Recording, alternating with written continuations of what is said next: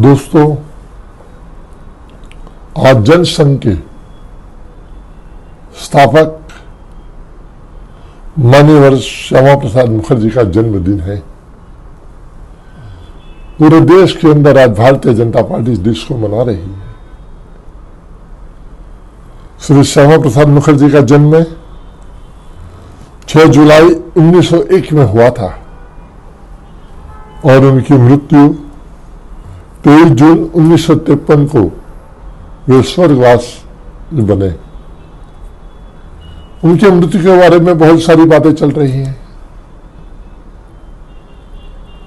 आज भी सही जवाब नहीं मिला है। श्यामा प्रसाद मुखर्जी कश्मीर को अपना बनाने के लिए, यानी कि कश्मीर जाने के लिए परमिट की प्रथा थी। बिना परमिट कश्मीर में हम लोग जा नहीं सकते थे। श्यामा प्रसाद जी ने इसके लिए आंदोलन किया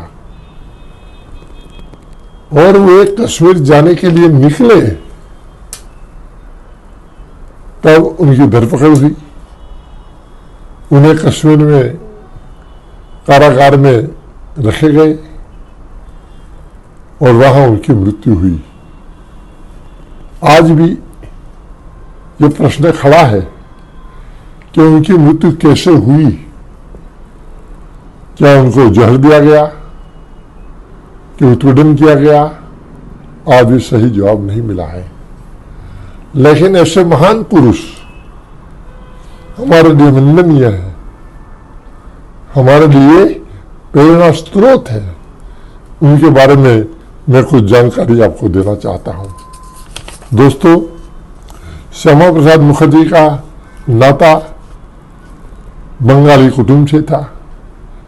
वहां उनका जन्म हुआ था और बंगाली परिवार से वे पूरे बंगाल में प्रचलित थे। उनका जन्म कलकत्ता में हुआ था, वो मैंने आपको बताया। लेकिन उनके परिवार में अधिकतर लोग विद्वान थे। उनके परिवार के छोटे मोटे हर कोई सरकारी पदों पर और सामाजिक क्षेत्र में अग्रक्रम में रहते थे। उनके पिता बंगाल के उच्च न्यायालय में न्यायाधीश थे। इतना ही नहीं, और साथ में वे कलकत्ता विश्वविद्यालय में कुलगुरु थे। सन 1929 में उनका राजनीति का कैरियर शुरू हुआ। यानी कि श्री श्यामा प्रसाद जी राजकीय क्षेत्र में 1929 में आए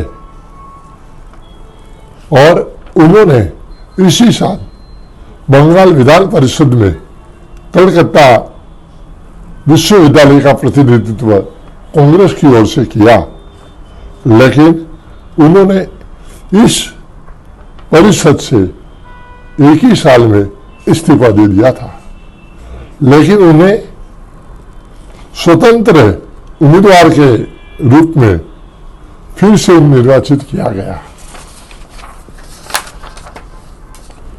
1939 में वे हिंदू महासभा में जुड़ गए थे और वे महासभा के कार्यवाहक अध्यक्ष भी बने।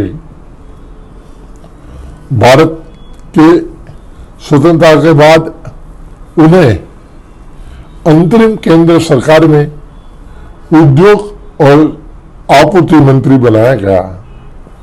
लेकिन सरकार द्वारा लिए गए कुछ निर्णयों के खिलाफ उन्होंने उसके विरोध में कैबिनेट से इस्तीफा दे दिया। कांग्रेस पार्टी से अलग होने के बाद श्यामा प्रसाद मुखर्जी को, यानी उनका संपर्क हुआ आरएसएस के गुडकर जी से, गुरु जी से। फिर गुरु जी के परामर्श के करने के बाद 21 अक्टूबर 1951 में भारतीय जनसंघ पार्टी का गठन किया और वे प्रथम अध्यक्ष भी बने। और सन 1952 में लोकसभा के प्रथम चुनाव में जनसंघ ने हिस्सा लिया और प्रथम चुनाव में भारतीय जनसंघ ने 3 सीटें हासिल की। बस उसके बाद जनसंघ का सिलसिला चालू रहा। एक के बाद एक लोग पार्टी में जुड़ते गए। पार्टी धीरे धीरे धीरे धीरे बड़ी बनती गई और एक समय ऐसा आया कटौकटी के बाद जब भारतीय जनता पार्टी यानी कि जनसंघ ने अपना विपक्ष छोड़कर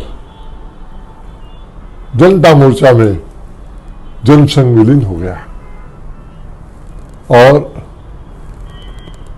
देश का जो कार्य था, विकास का कार्य था, देश के लिए जो काम करना था, उससे कार्यकर्ता करते ही रहे। और जनता मोर्चा के बाद भी एक समय ऐसा आया कि उनसे अलग होना पड़ा और भारतीय जनता पार्टी 1980 में बनी। और उसके बाद फिर ऐसा हुआ कि जब प्रथम चुनाव में 3 सीटें मिली तो 1984 के चुनाव में भारतीय जनता पार्टी को सिर्फ 2 सीटें मिली।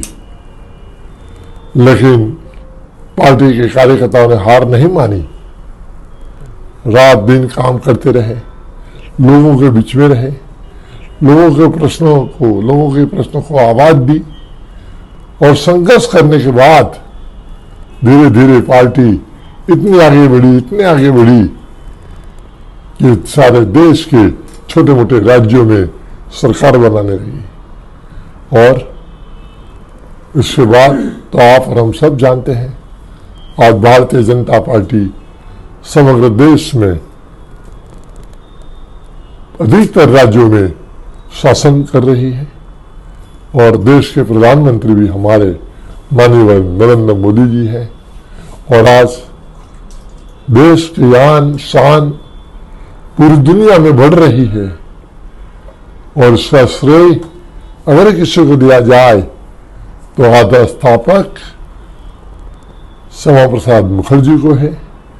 आज के जन्मदिन पर मैं उनको शत शत नमन करता हूं और पुनः यही कहूंगा कि श्यामा प्रसाद मुखर्जी अमर है, अमर रहेंगे और आज नहीं वर्षों तक उनको लोग याद करेंगे, नमन करेंगे। धन्यवाद। तो व्हाट्सएप, ट्विटर, फेसबुक, इंस्टा जहां भी आपका अकाउंट है, इसे शेयर बटन के द्वारा वहां पर शेयर करें।